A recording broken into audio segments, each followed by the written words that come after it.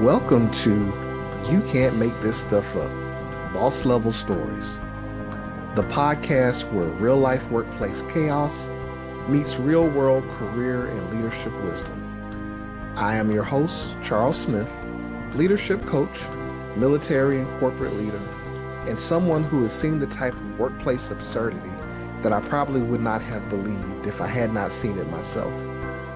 This is the official podcast of Charles Smith Leadership Coaching, LLC.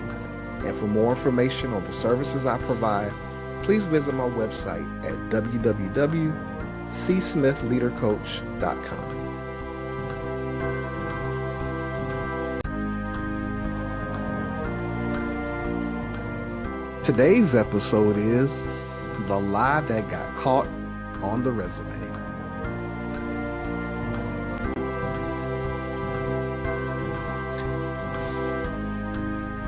So what happens when a job applicant gets caught lying on their resume? And then what happens when they get gently called out on it, but they keep on lying? We're going to talk about it. So in my webinar earlier this week, I talked about how resumes are viewed from the hiring manager's standpoint and how it's very important to not be overly humble and to make sure to exude confidence. But there is definitely a difference and a line crossed when outright lies are told. And it gets even crazier when the lies are called out, but the person keeps trying to sell it. So I have a story I'm going to tell you today, and as a reminder, these are real stories, but I use fake names to protect the innocent. So a few years ago, I was hired as a manufacturing operations manager at Collins Aerospace.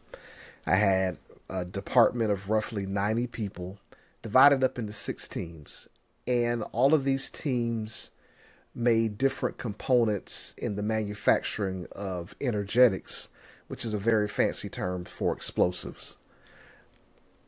In these departments, some of these departments built explosives that went in ejection seats. Some of them built explosives that went into self-destruct systems for rockets, like the SpaceX Falcon 9 and the Space Launch System. And so making sure that these were built safely was very, very important. So I'd been there maybe a few weeks, or I think maybe even a month. And one of the first tasks I had were to hire some new supervisors. We had 2 that were currently working, and basically each one of them were handling roughly 3 teams apiece, when it really only needed to be at a maximum 2 teams apiece. And in some cases, it needed to be just 1 supervisor to 1 team. So I needed to hire 2 more supervisors to make sure that the work was spread out wisely, or work was spread out efficiently, and nobody was overworked.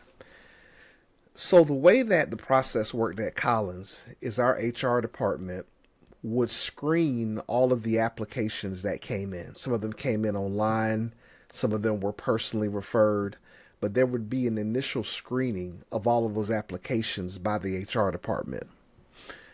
When they determined that a resume met standard criteria and they felt like they were good enough to forward them on, they would forward them to me, and then I would review those resumes, and I would pick sometimes maybe out of 10, maybe 4, or some along those lines as far as resumes to bring forward to actually interview with people.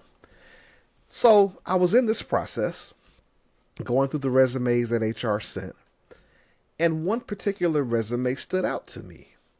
And this was a guy that had been in the Air Force, and it stood out because I am an Air Force person. I'm a lieutenant colonel in the Air Force. I have been in 23 years now. At that time, I think I'd been in about maybe 18 or 19 years. And so there were some things on his resume that were pretty good. There were some things that I was like, okay, yeah.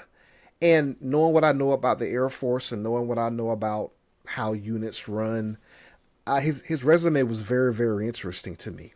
So I definitely wanted to bring him in for an interview.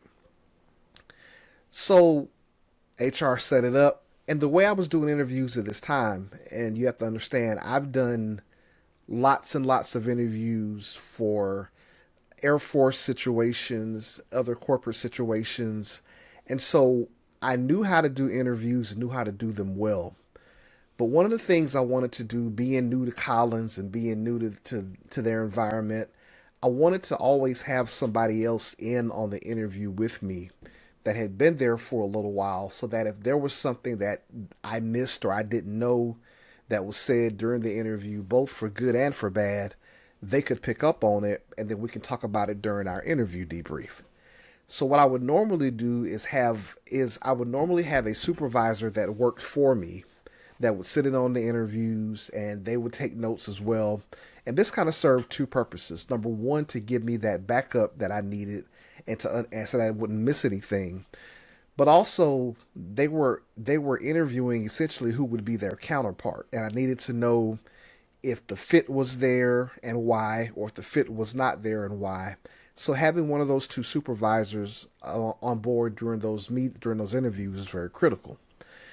Well, this particular day for this Air Force candidate that I saw, the other two supervisors were already they had manufacturing things they had to do. They couldn't get away, and so I asked one of the other manufacturing managers, one of my counterparts, could he sit down on the interview, and he graciously decided and said yes, he could. So we get into the interview, and kind of immediately it started strange. The guy introduced himself, said who he was, but then he mentioned the term Air Force about 40 times. How do I know? Because every time he said it, I was kind of subconsciously counting it. Now, like I said before, I've been in the Air Force now over 23 years.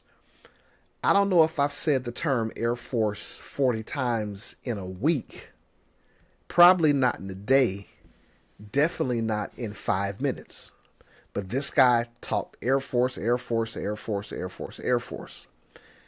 What I also noticed was kind of interesting is he was saying a lot of things that were very specific to my career, as if he had gone on my LinkedIn page and done a full rundown.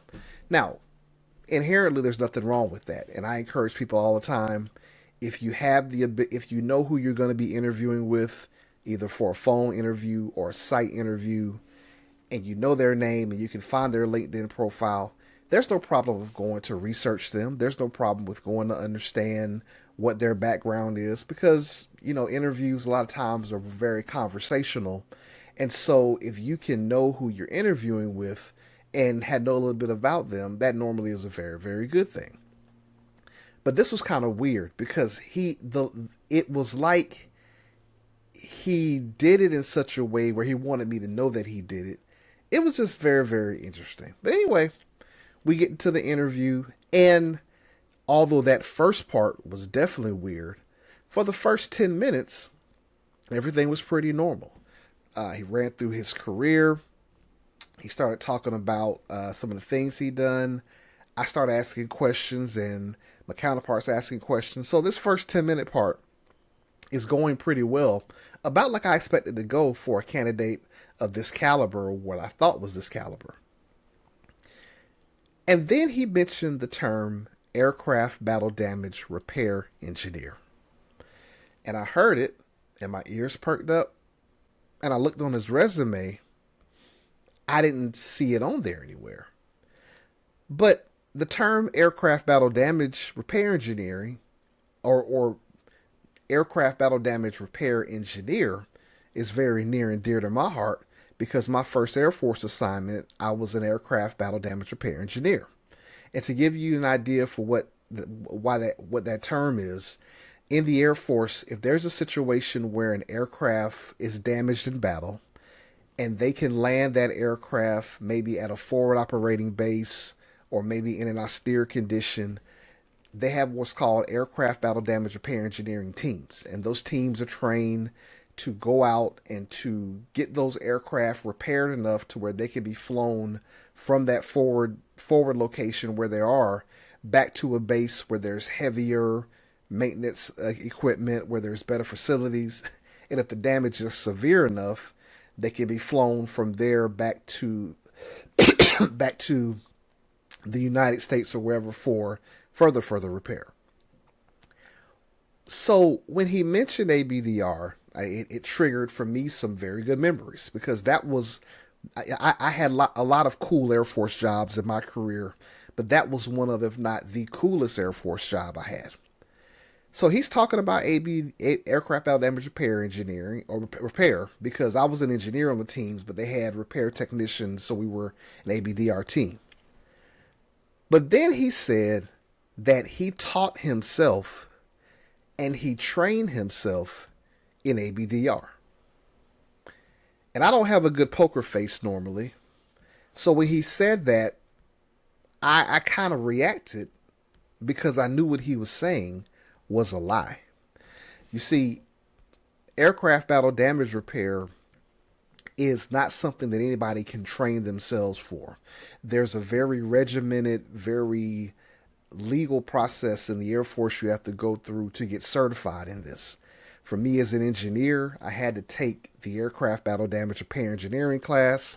It was a class, it was at least 1 week, maybe even 2 weeks, but I remember that the final exam was one problem that lasted 7 hours. Along with that class, I had to take classes in like assessing damage, classes in how to cut sheet metal, classes in how to shoot rivets. So, and then all kind of other things that you had to get certified in. So this was not stuff I could just say, hey, I've read a book and I've trained myself. So he's saying this and he's lying. And the degree to which he's lying, I'm almost shocked by it. Well, I was shocked by it because I'm like, whoa, this guy is actually lying about this thing, which is not on his resume. Now, I looked again while he's saying all of this, and I'm looking at what he's referring to, but it's not lining up because I saw what he so I say, trying to give him a chance to redeem himself. I say, hey, wow, I was an ABDR person, and I remember that I had to be in class for almost 6 months. I spent the better part of June to December of 2002 in training classes, and about 4 of those months were in training classes specifically for ABDR. So I'm like, wow, you trained yourself in all of that? And I gave him a chance to kind of make it right. He kept going. And he kept lying. And just kept digging deeper and deeper and deeper. And the more stuff he said, and note, this came off a question I asked. I didn't say anything about ABDR. The question I gave wasn't about ABDR. And I suspect that he brought it up because, once again, he probably saw it on my LinkedIn profile. And so he's continuing to talk, and I'm just in shock because he's lying. I've called him out on his lie, and yet he continues to lie.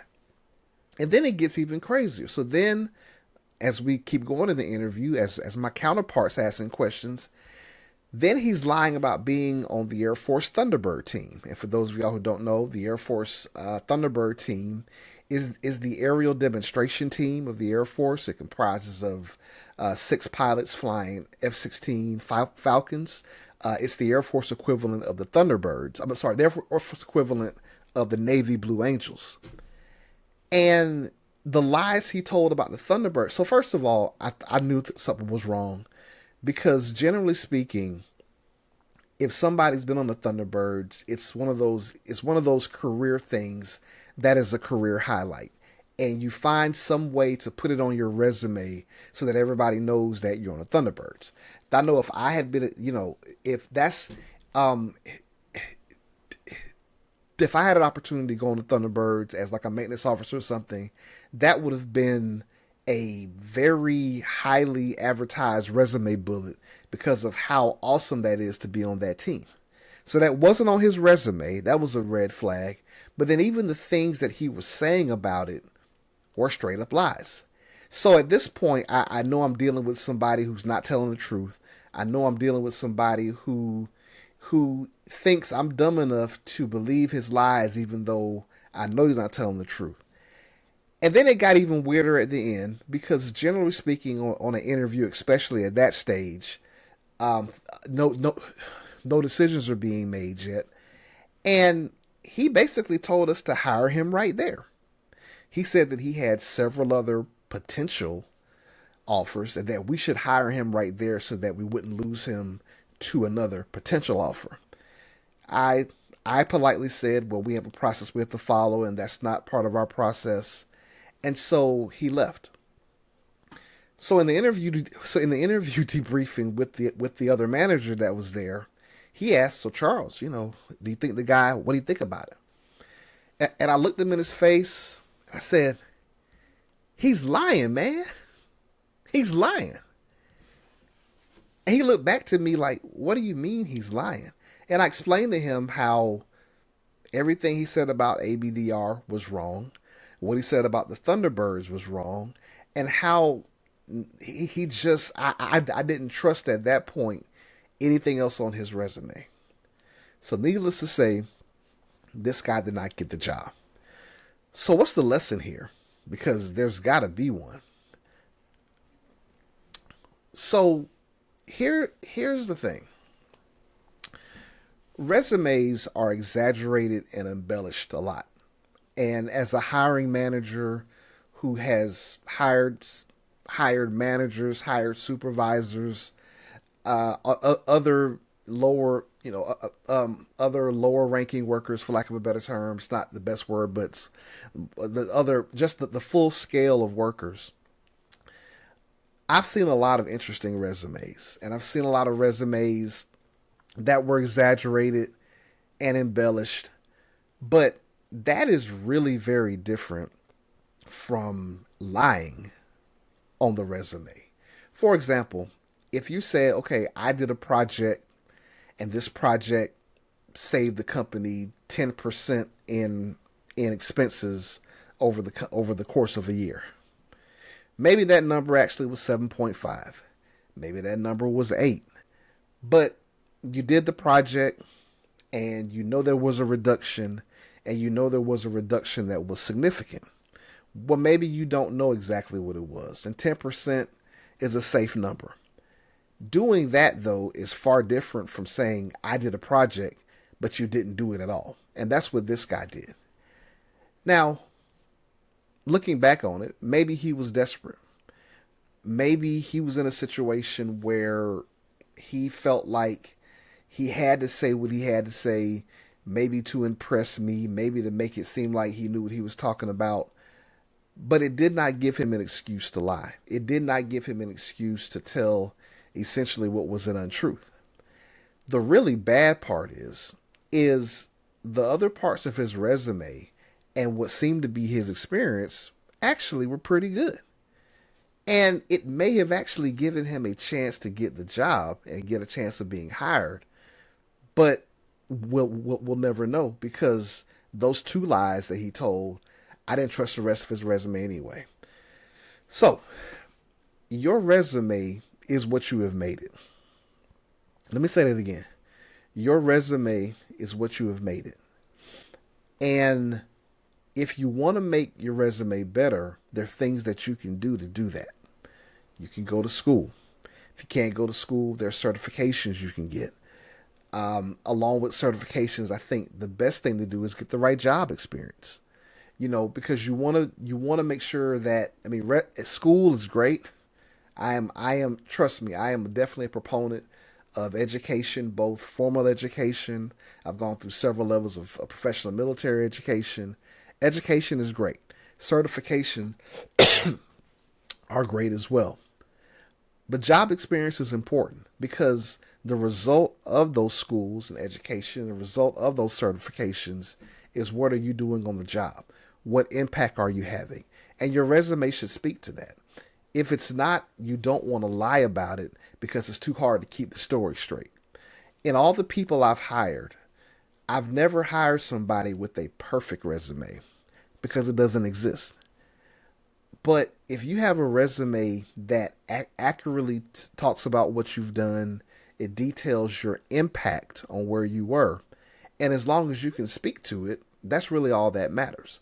The people I've hired that have done well had resumes that were able to articulate what it was they did, what the impact that it was that they did, and basically how what they did in the previous job or previous jobs and previous experiences, how that was applying to the job that they were applying for and they were interviewing with me. So that is the key. So don't lie in your resume, because you may run into somebody like me who has actually done what you're lying about. Hey, thanks for watching my podcast today. Please visit my website and follow me on my social media pages on Instagram, Facebook, and YouTube. Have a great rest of your day.